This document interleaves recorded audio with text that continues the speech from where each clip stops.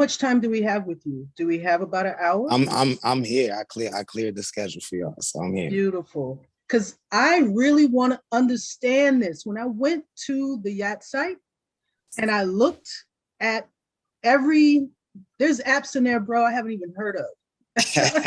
Yeah.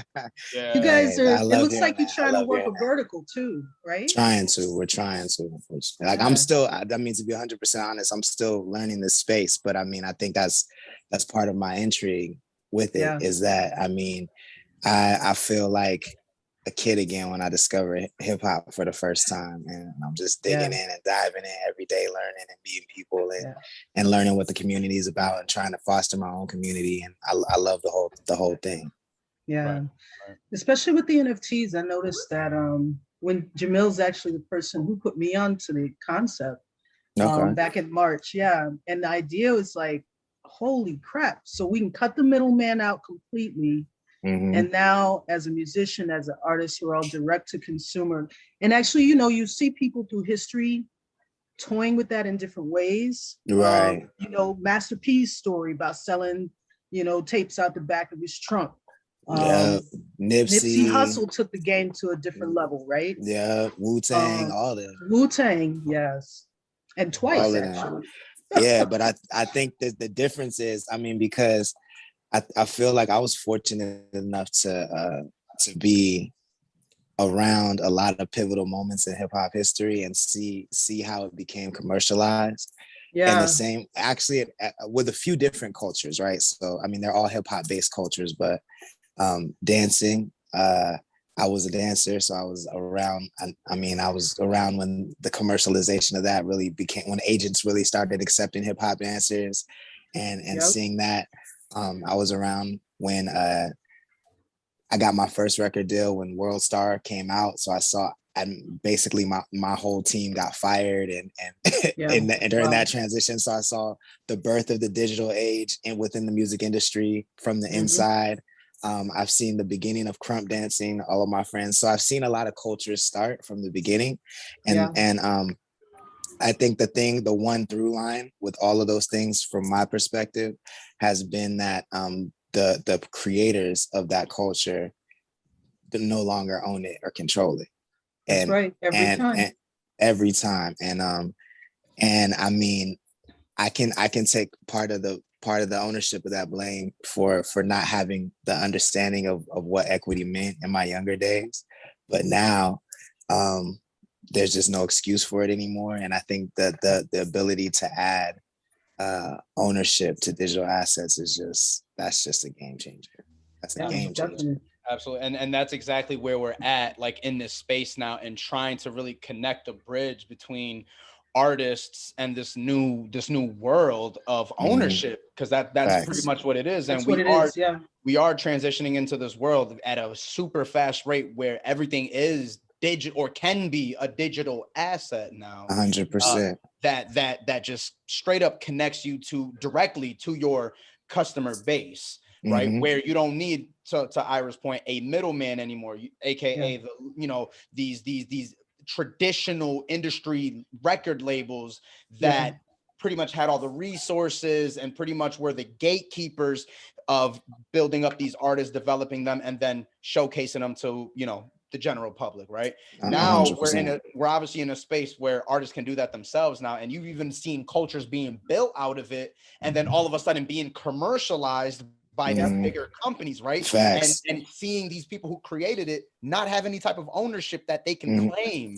And now we're in a space where when the next big thing hits, best believe someone's going to own that, and it's going to show that they own that, whatever that may be. Facts. And this is why we're here with you right now, because you have an awesome like situation going on with getting into the space of NFTs. So why don't you kind of like speak on Connect the Coast? I mean, why don't you tell people what that is, and let's dive into that, because you are actually the first musician recording artist that we have here that's in the NFT space. Anyone else that we spoke to, they're either a digital artist or a painter. We've had a musician on here who's done an NFT, but Yeah, Valentine. Not for music, yeah, Valentine, but he had so that was the closest thing, but it was more so me helping him navigate that world. Whereas you already in it. So please tell us, deep. So please explain. Share the formula. Yeah. So I'm still figuring it out. I'm still in the lab cooking, you know what I'm saying? But we're gonna figure it out. But I mean, Connect the Coast is a Web3 independent hip hop label. I like to call ourselves the home of blockchain rap. That's a hashtag I'm kind of owning all over the metaverse. But the definition of blockchain rap is basically before it comes out on any other major platform, it has to go through the blockchain. It's as simple as that. Your content has to come through the blockchain. And I switched Connect the Coast. I came up with that tagline and everything in March when I learned about NFTs. The day I learned about NFTs, I just switched everything over. I was like, this is it. I knew there was a missing piece, but that was the missing piece. And so my goal is, I'm from the Central Coast of California. So that's like the elbow part of California, basically. And it stretches about 200 plus miles. And in this area, there's a lot of money. There's a lot of young kids with a lot of style who love subcultures, who love hip hop, but there are just really no platforms for our demographic at all. Period. I mean, or their demographic, because they're younger. I'm older, and I grew up here, and I just have always felt like the way that I feel about myself, the way that the things that I like, are always kind of on the fringe to this community and have to be, either dumbed down to be accepted, or they're just not accepted at all. And so, I moved back here recently within the last 3 years. And before that, I lived in LA for the last 18 years. And when I came back, I was like, yo, I had lost my record deal. I didn't lose it. It was just, it lapsed and we didn't re-up it. And so, but when that deal was over, once again, that was like my third situation, and all of my fans and everything we built went with the people that owned the label. That went with the deal. You know what I'm saying? So I did all this work to build it up. I literally structured the label, found a lot of the employees, and then when it was over, I was out. All those employees that I brought there stayed. All that traction that I brought there stayed. And I had to start from the beginning. And so I was like, yo, I want to do something that cannot be taken away from me. And so I knew that, digital content is the future of everything. I understood that. But I just was trying to navigate my way through it. So I knew what I wanted Connect the Coast to become, but I didn't want to just come back into the area and say, I'm here now, everybody bow down. I know I hadn't been here for 17 years. So I wanted to learn who was who, what was going on, what was liked. And I really wanted to learn how to communicate with this demographic, because I felt like a lot of artists feel like engagement and engagement is owed to them. They feel like, I put something out, then people have to play it and people have to like it. And I have this theory that it's our job to make people like it, so we're not owed any of that.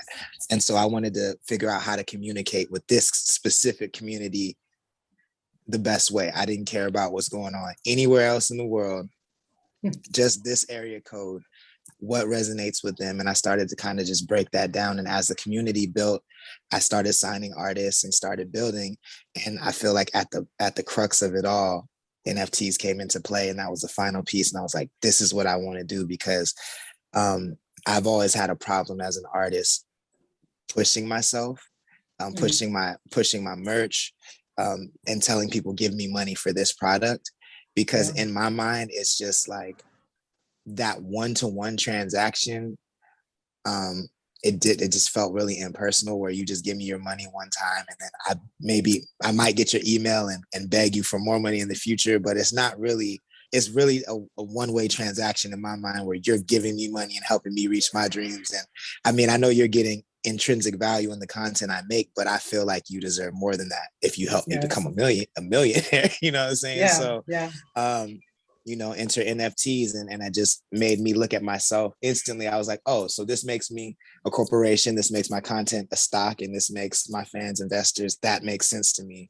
Nice, now I don't feel bad now being a promotional, slut and saying, every day, buy this, buy this, buy this, buy this, because there's value in it for you now, you know what I'm saying? It's at the fan, and that's kind of where it was all born out of. And now, and just, but more than the monetary advantage, it's just this is the way I've wanted to collaborate with artists forever. There's so many visual artists I respect, so many digital artists that I respect, and there's never been a way for us to all collaborate together and split the revenue and just do really dope creative things. And this is the world that I've wanted for so long, and it's here now. So I'm just trying to take advantage of it. Oh, and it's man, beautiful what you're doing, man. Literally the first word that came to mind. You beautifully explained what like a big goal for us creators want to achieve when it comes to this new space. When you do fully, like, not even fully understand, I'm speaking on the technology side, but just understand the concept of ownership and what you can do by yourself, given the technology that you have, what it allows you to do. We don't necessarily have to know the ins and outs of it to understand that it works, right? We all know how to drive a car. Don't mean to know how the gasoline goes into the engine and all that. 100%. So as long, and it seems like you got a very, very good grasp of understanding, especially with your past experiences with, industry level situations, and now finding yourself in here where you understand transparency is one of the most important things, and that it's all laid out through technology and not other people, right? 100%. As much as we love each other and for the most part honor each other, there are some people out there that you can't trust. There are some people out there that are just flawed. There's some people out there that are just greedy, and it's just truth, right? That's humanity. Or I'll even say, I think for the most part, I think a lot of those perspectives on people come from inexperience. Like, for instance, when I first started getting money from other artists that I was representing, the money was coming in so fast and it was so much that I just got so excited that I honestly forgot the business part. You know what I'm saying? And I got it right. You know what? And that's another and that's another angle, of course. Right. And we made it right. But I was just like, whoa, wait, what? Oh wow. I'm not starving no more. I'm good. You know what I'm saying? And and sometimes, and if you're really not prepared for success will eat you alive. You feel what I'm saying? And those moments can make you look like you are a shark or you are a snake because you weren't prepared for that. You know what I'm saying? And so that's one of the things that I'm trying to teach everybody that I take under my wing now, is that, are you prepared for the success that you want? You know what I'm saying? Like, do you even understand what comes with that? And I think that having this extra data set and extra layer of transparency helps me explain that better, honestly. I agree. I agree. Right. You don't have to feel like you have to sell yourself or tell people, hey, I'm an honest person. It's listen. Yeah. Or even to your point about just being so excited and being so passionate, but that can unintentionally, kind of damage some things that you don't mean for it to happen. But this type of technology can allow for that type of security, that type of provenance, that type of ownership. And this is where we are now. So can you do us a favor? So kind of diving more into Connect the Coast, let's go back a little bit. Can you explain to our viewers what Web3 means? What's a Web? So I mean, and I've honestly never looked this definition up, but I just know what Web 2.0 is, and I know that Web 2.0 is basically where we're at now. Social media, the way it stands. Web 1.0 was, I believe, like AOL and up to the beginning of social media. Right. And Web 3 will incorporate the blockchain. It will have more transparency. It will have the trust economy built into it. And it kind of removes the middleman, So, and I think more than anything, Web3 is just where you can add equity to digital items, and that's where DeFi and crypto and NFTs and all that stuff comes in. And I'm very excited to see what else comes in, because I mean, we're so early. It's just it's amazing. And it's and it's more geared towards the creator, and it looks like as the entity, as the sort of producer, if you will, of everything and everybody that you're dealing with. Like I said a minute ago, you're getting the vertical, bro.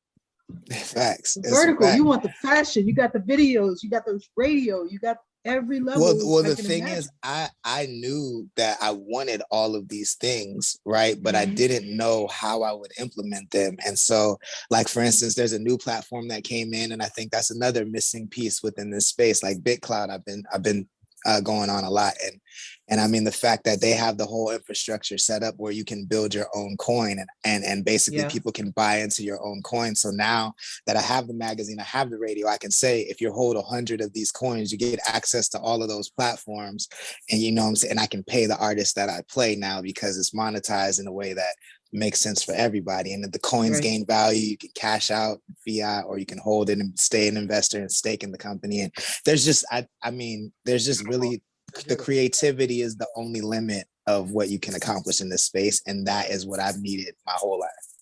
Right, right. And I think it's really a perfect transition of NFTs being the first available to artists because of the type of lack of, you know, ownership that we've had, especially in a digital world, right? And traditionally you paint a painting and obviously it's your, like you can say it's yours, but anybody that like specifically with like an example of this first piece of like, you know, internet stuff going in there where people didn't really claim ownership, memes, right? People who would make these ill memes, they would travel all over the world, yet no one knows who made them, right? And yet the person who initially made it, who had their meme viewed billions of times, did not see one type of cent. I remember before NFTs were even a thing in my mind, I used to say, anytime I would look at it, I would tell people and myself, I'm like, yo, whoever's making these things, I hope they're getting paid. Because it's providing so much entertainment, yet how do you do that digitally, right? Where you get paid for that.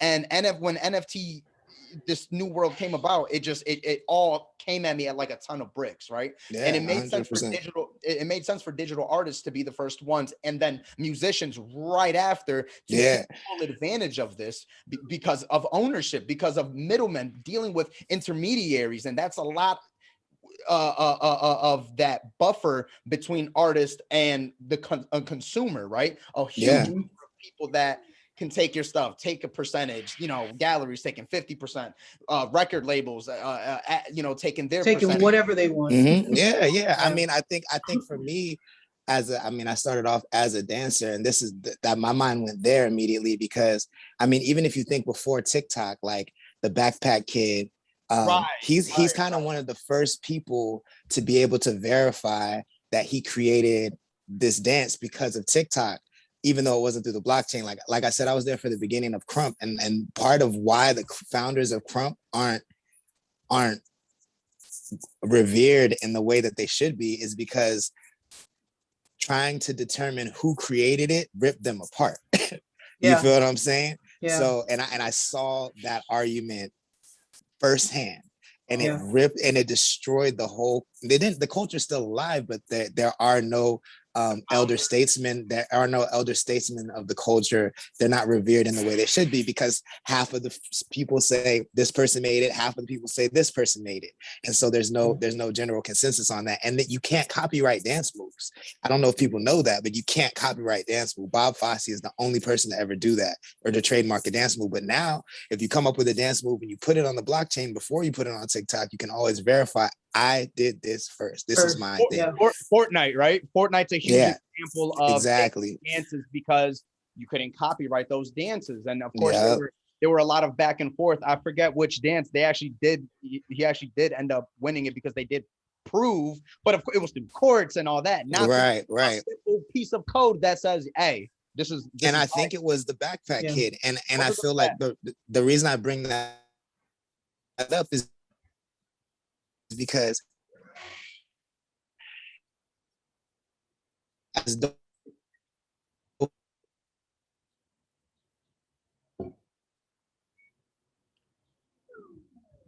to get but are y'all still there? I don't know if are y'all there?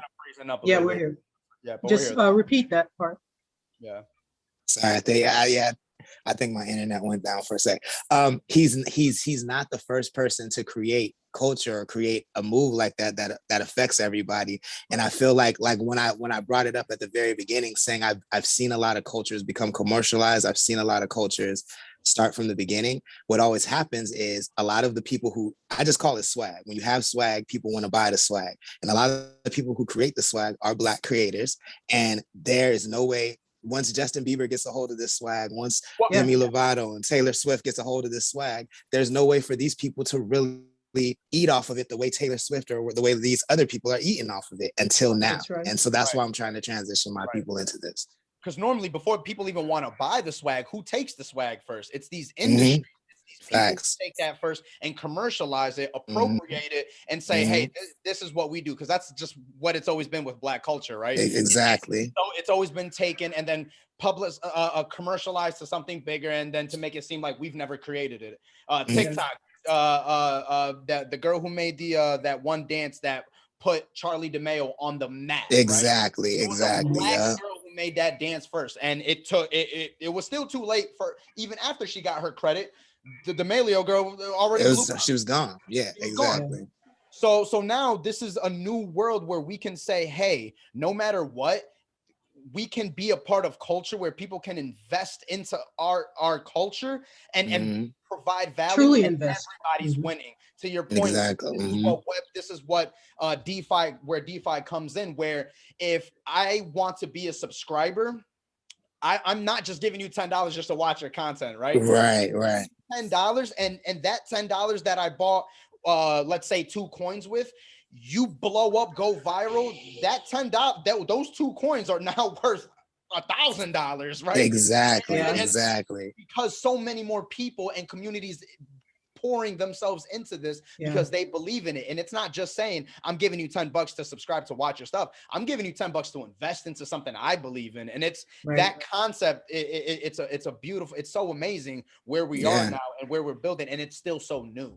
And I think it's the only way, at least for now, until the government gets into it, it's the only way now that the average person can really make money in a speculative market. Like, they're not going to let you win in the stock market. And it's the same thing. It's a speculative market, but it's already locked up. All the gatekeepers are there. All the regulations are there to make sure only the rich people can stay rich. Now, I mean, even though it's very Black Mirror-esque to kind of speculate on people's popularity, we're already doing that. You know what I'm saying? So it's already happening. At least now everybody can have a stake in the game.